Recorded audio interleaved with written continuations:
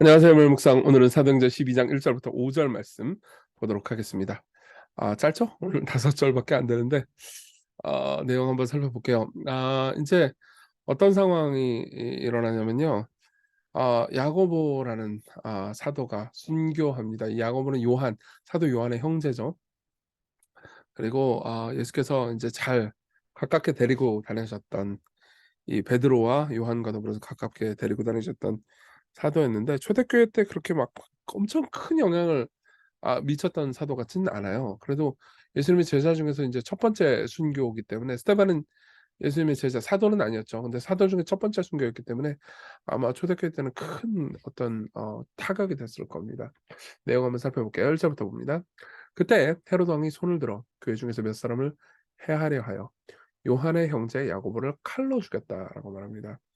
헤롯 왕은 정치인이죠. 종교인들이 아니에요. 지금까지 초대교회에 모든 적대적인 세력은 다 종교인들이었습니다. 그러니까 교리 논쟁이었죠. 그래서 예수님이 부활했다, 뭐 예수님이 하나님이시다, 이런 가르침들에 대해서 이제 분노하고 반대하는 상황이었단 말이에요.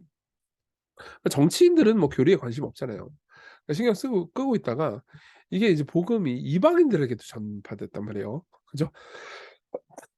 우리가 그 과정들을 계속 보고 있잖아요.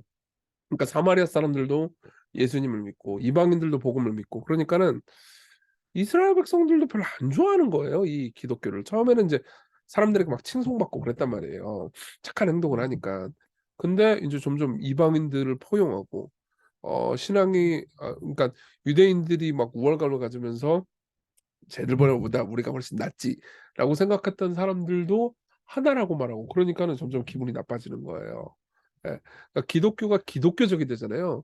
그럼 절대 모두에게 찬송받을 수 없게 돼요. 예. 여러분들이 기독교주의인이 되잖아요. 그러면 좌파도 여러분들을 보면서 뭔가 쟤는 우리 편이 아니야라고 생각할 거고요. 우파도 여러분들을 보면서 뭔가 쟤들은 우리 편이 아니야라고 생각할 거예요. 예. 여러분들은 기독교인이니까요. 세상에 어떤 파도 여러분들을 수용할 수가 없습니다. 기독교는 완전히 다른 무엇이니까요. 그래서 죄송합니다. 정치인인 헤로당은 참 나쁜 놈이에요. 헤롯 아그리빠라는 친구인데, 이 헤롯 왕의 아버지가 이제 안티파스. 헤롯 안티파스는 이제 세례 요한을 죽이고 예수님을 신문했던 그 왕이죠. 그리고 지금 이 헤롯 아그리빠의 할아버지가 헤롯 대제인데, 헤롯 대제가 예수님이 처음 태어났을 때 이제 아이들을 죽였던 그놈입니다. 그러니까 이 왕들은 뭐 대체로 잔인합니다. 근데 어쨌든 간에 요한의 형제 야고보를 칼로 죽여요. 칼로 죽였다는 거는 신명기 13장에 보면은 이제 이단 혹은 거짓 선지자를 칼로 죽이게 돼 있거든요. 그러니까는 이제 아마 쟤는 거짓 선지자다 그러면서 이제 칼로 죽였던 거죠. 그리고 나서 유대인들이 이 일을 기뻐하는 걸 봅니다. 예. 그러니까 백성들이 딱 보니까는 이제 이 기독교는 한번 박해를 했는데, 야고보는 그렇게까지 영향력 있는 사람은 아니잖아요. 영향력이 좀 적은 사람 한번 죽였는데 좋아해. 그러면 영향력이 큰 베드로도 죽이려고 마음을 먹을 수 있겠죠. 그렇죠? 그러니까 유대인들이 이 일을 기뻐하는 걸 보고 베드로도 죽이려고 합니다.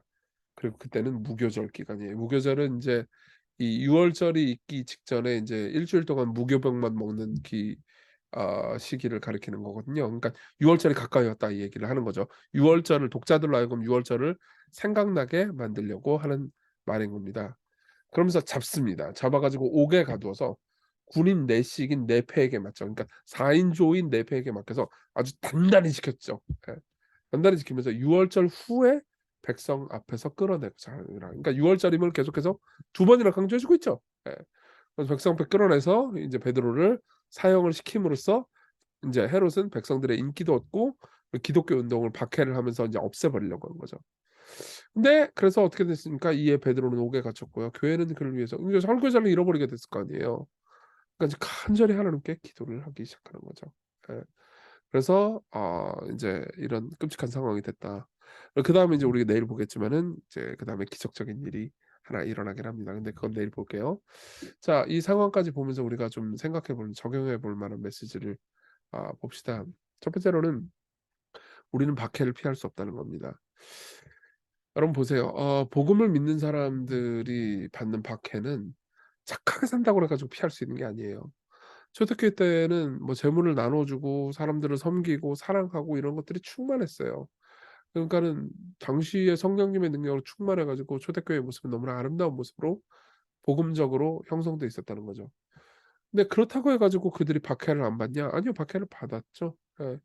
우리가 완전하다 하더라도, 우리가 선행으로 완전하게 행한다 하더라도, 물론 그렇게 될 수도 없지만 사람들은 우리를 오해할 겁니다. 왜냐면 아까 말씀드렸듯이 기독교는 전혀 다른, 본질적으로 전혀 다른 무언가이기 때문입니다.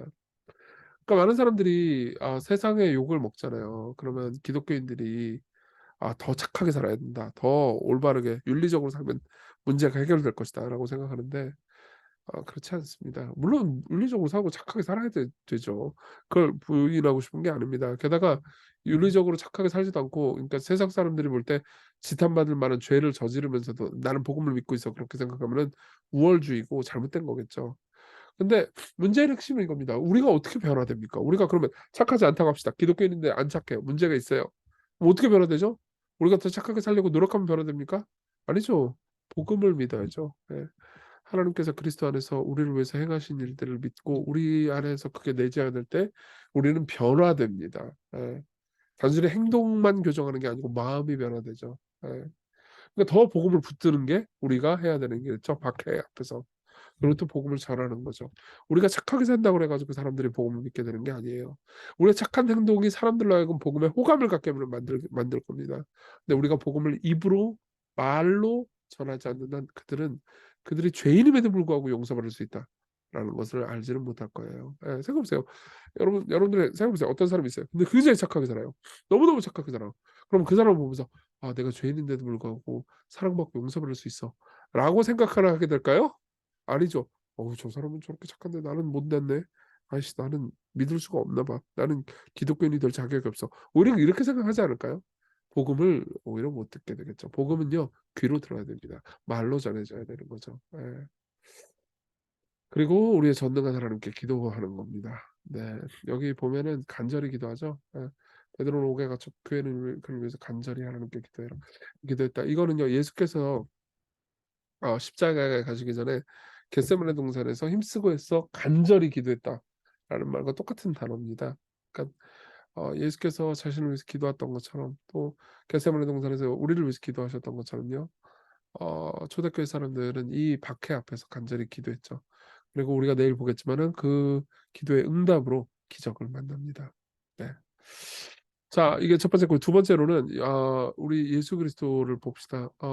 누가는요. 이 사도행전을 쓰면서 이 짧은 5절 안에서 6월절 이야기를 두 번이나 강조해요. 왜 그럴까요? 6월절에 한 지도자는 기적적으로 살아납니다. 인제 우리가 내일 보겠지만은 베드로는 다시 살아나요. 그렇지만 다른 지도자 우리가 본 야고보 있잖아요. 야고보는 죽습니다. 순교합니다. 왜 하나님께서 한 명을 순교하게 내버려 두시고 한 명을 살리셨는지 기적적인 일을 일으키셨는지 우리는 알지 못해요. 하지만 둘 다 우리는 버림받지 않았다는 것을 압니다. 야고보는 죽자마자 그리스도의 품에 안겨서 안식하고 있었고요. 예. 베드로는 살아났지만 또 결국은 나중에 죽지 않았습니까? 그렇지만 둘 다 버림받지 않아요. 왜요? 진짜 유월절의 어린 양이신 예수 그리스도. 그러니까 유월절을 두 번이나 강조하는 것은 예수님의 죽음과 희생을 생각하라는 거예요. 예. 그들을 위해서 야고보와 베드로 그리고 저와 여러분들 모두를 위해서 죽으셨기 때문이죠. 예. 우리는 버림받지 않습니다. 왜냐하면 우리는 버림받는 것처럼 느낄 뿐입니다. 실제로 예수님만 버림을 받으셨습니다. 우리 대신에요. 그래서요 우리는요 6월절에 생각을 합니다. 6월절에 희생당하신 예수 그리스도 있잖아요. 그분을 따라서 살아야 한다는 것을 알게 되는 거죠. 우리는 사람들에게 박해를 받을 겁니다. 그리스도께서 그렇게 되셨던 것처럼요. 그렇지만 우리는요 영원히 하나님께 받아들여질 겁니다. 그리스도께서는 버림받으셨지만요. 근데 그분은 우리를 위해서 버림받으셨습니다. 이걸 기억합시다. 그리고 용기를 냅시다. 사람들 앞에서 자신이 그러니까 복음을 전하는 것까지 못하겠다 그러면 그리스도인임을 커밍아웃만이라도 해 보세요. 그럼 여러분들의 삶이 조금씩 달라질 겁니다. 어제 했던 기도 제목인데 또 오늘도 했으면 좋겠습니다. 우리가 사람들에게 예수님을 변호하고 높이며 말할 수 있는 용기를 달라고. 그리고 예수 그리스도를 우리가 기뻐하며 마음에서 그분이 우리를 위해서 하신 사랑을 누릴 수 있는 오늘 하루 되게 해 달라고 같이 기도합시다.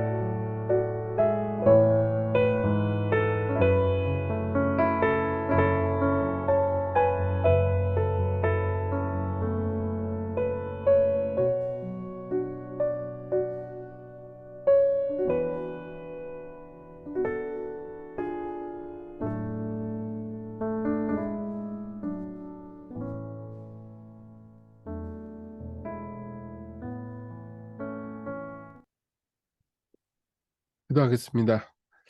하나님 아버지, 우리가 삶을 살면서 어, 당신을 따른다는 이유만으로 때로는 박해를 당할 수 있다는 것을 압니다. 음, 우리가 믿는 바를 세상은 다 이해할 수 없습니다. 그러나 세상을 미워하지 않게 해주시고 사랑하게 해주십시오. 당신이 세상을 사랑하셔서 하신 일을 떠올리며 당신을 따르게 해주십시오. 예수님 이름으로 기도했습니다. 아멘. 네, 오늘도 여러분들을 돌보시는 하나님이 있음을 기억하셨으면 좋겠습니다. 행복한 하루 되세요.